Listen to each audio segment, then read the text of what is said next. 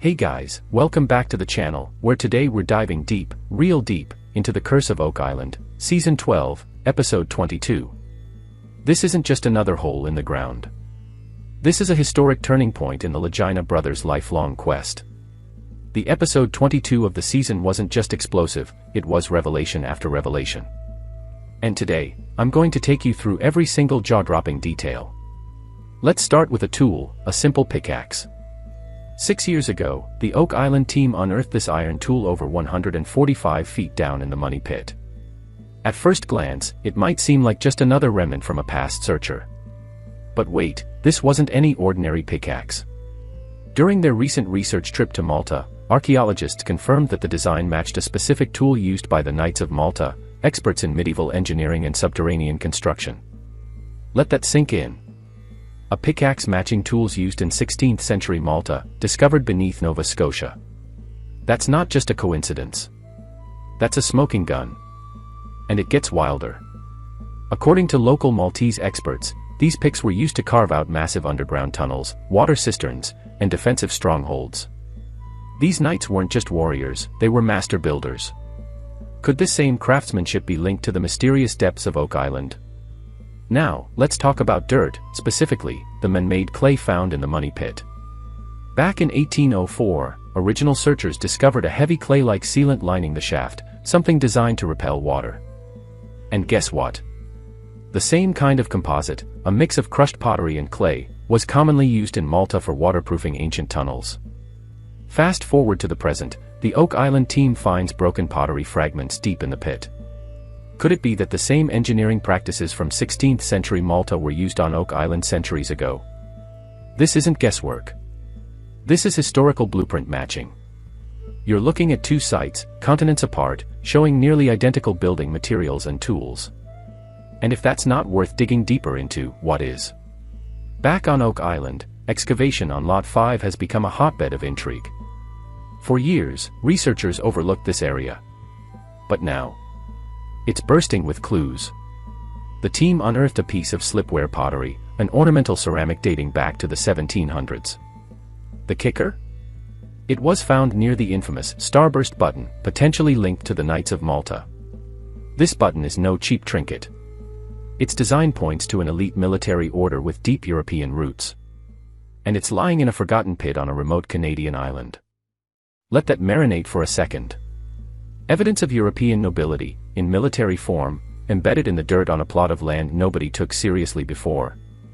Lot may 5th be one of the final, untouched hiding places of whoever orchestrated the Oak Island mystery. And the finds keep coming. Mortar-like substances matching those from the money pit. Earth layers indicating staged occupation over time. Someone, or some organization, was working Lot 5 for generations. Meanwhile, in the northern stretch of the island's infamous swamp, things are getting even weirder. If you remember, this isn't just a swamp, it's a man-manipulated anomaly, where vaults, roads, and stone pathways have been found dating as far back as 1200 AD. In this episode, the team uncovered yet another potential vault-like wooden structure beneath the muck. Logs placed deliberately, notched, and aligned in a way that screams purpose. These aren't just random bits of old timber. This is architecture, structure. Someone built something there. Marty Legina puts it best, someone built this to get out here, the question is why and who. And let me tell you, that is exactly the right question. Because what if this vault isn't the only one? What if the swamp is riddled with a network of hidden compartments? That's not just an engineering feat, that's a master plan. Back across the Atlantic, Rick Legina, his nephews, and other team members were exploring the underground tunnel systems of Valletta, Malta. Led by Knights of Malta experts, the team witnessed ancient cisterns, tunnels, and fortifications that mirror, yes, mirror, the kinds of structures uncovered on Oak Island. Built in 1570 in direct response to Ottoman siege threats, these underground networks weren't just for water or safety. They were secure, sophisticated, and they were built to hide things. The parallels are undeniable. Hidden vaults. Water management systems. Secret access points. All underground. All precise. If the Knights of Malta were protecting something sacred or valuable, what better way than to mirror their proven blueprint halfway across the world? And it gets even more compelling. In 1632, a French sea captain and knight of Malta, named Isaac de Razilly led a mission to establish France's Acadian colony. His headquarters? Fort Point, just 15 miles from Oak Island. Are you connecting the dots? A knight of Malta, operating near Oak Island, during the exact era when these mysterious structures might have been built. If that doesn't get your heart pounding, I don't know what will. So what was Razilly really doing there? Colonization? Trade? Or was it something deeper, perhaps transporting a cache of sacred treasures far from the threat of European war and Vatican persecution? At this point, the evidence isn't just stacking, it's forming a tower. Matching tools. Matching materials. Matching construction techniques. And matching people. If this is a coincidence, it's the most extraordinary one in historical and archaeological history.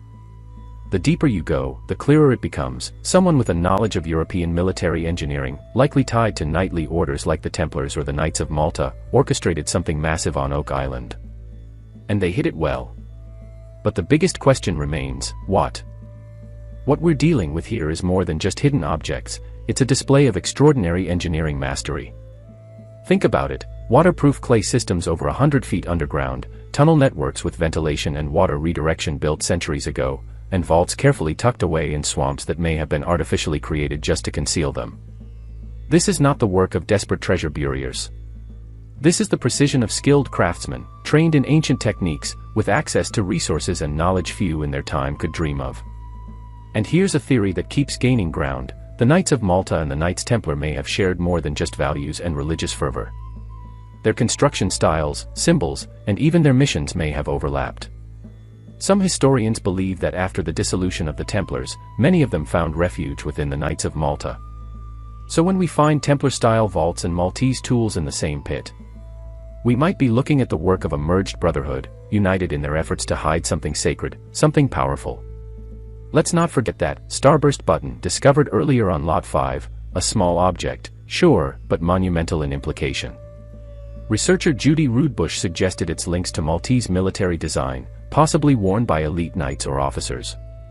So why is it in the dirt of Nova Scotia? Maybe because someone important, very important, was physically here. That button may have fallen from a coat during a critical moment of hiding, building, or even ritual. It's a tiny breadcrumb, pointing to a much larger loaf of truth. Here's something that's always fascinated me: why, despite all this evidence, has the treasure remained hidden for so long? It's not for lack of trying. Generations have dug, drilled, dynamited, and scoured the island. But the deeper we go, the more it becomes clear, this was never meant to be easy. These were men trained to hide things forever. To build traps. To mislead. To create false tunnels. If this was a simple treasure burial, someone would have found it centuries ago. This is an intentional labyrinth, designed to outlast greed and time. And maybe that's the point. Maybe the real treasure isn't gold coins or jeweled goblets. Maybe it's a truth so powerful, it had to be buried. Sacred texts. Ancient relics. Proof of pre-Columbian transatlantic voyages. Whatever it is, those who buried it knew the stakes. And those who chase it today are doing more than digging, they're chasing echoes of a suppressed history that someone once fought to protect. So if you're watching this and thinking, why does this matter? Let me tell you, it matters more now than ever. Because in an age where history is being rewritten and re-examined, Oak Island stands as a monument to questions we've yet to answer. And whether you're a historian, a dreamer, or a die-hard fan of this show, this story is your story too.